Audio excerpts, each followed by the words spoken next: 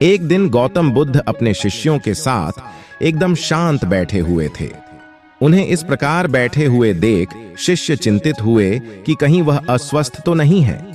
एक शिष्य ने उनसे पूछा कि आज वह मौन क्यों बैठे हैं, क्या शिष्यों से कोई गलती हो गई है? इसी बीच एक अन्य शिष्य ने पूछा कि क्या वह अस्वस्थ हैं? पर बुद्ध मौन रहे। तभी कुछ दूर खड़ा व्यक्ति जोर से चिल्लाया, आज मुझे सभा में बैठने की अनुमति क्यों नहीं दी गई है? बुद्ध आंखें बंद करके ध्यान मग्न हो गए। वह व्यक्ति फिर से चिल्लाया, मुझे प्रवेश की अनुमति क्यों नहीं मिली? इसी बीच एक उदार शिष्य ने उसका पक्ष लेते हुए कहा कि उसे सभा में आने की अनुमति प्रदान की जाए। बुद्ध ने आंखें खोलीं और बोले, नहीं, वह अछूत है, उसे आज्ञा नहीं दी जा सकती। यह सुनकर शिष्यों को बड़ा आश्चर्य हुआ।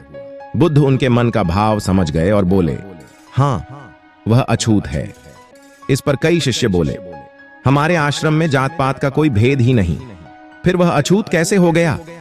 तब बुद्ध ने समझाया, आज वह क्रोधित होकर आया है। क्रोध से जीवन की एकाग्रता भंग होती है। क्रोधी व्यक्ति प्राय मानसिक हिंसा कर बैठता है, इसलिए जब तक वह क्रोध में रहता है तब तक अछूत होता है। इसलिए उसे कुछ समय एकांत में खड़े रहना चाहिए। क्रोधित शिष्य भी बुद्ध की बातें सुन रहा था। पश्चाताप की अग्नि में तप कर वह समझ चुका था कि अहिंसा ही मनुष्य का महान कर्तव्य व परम धर्म है।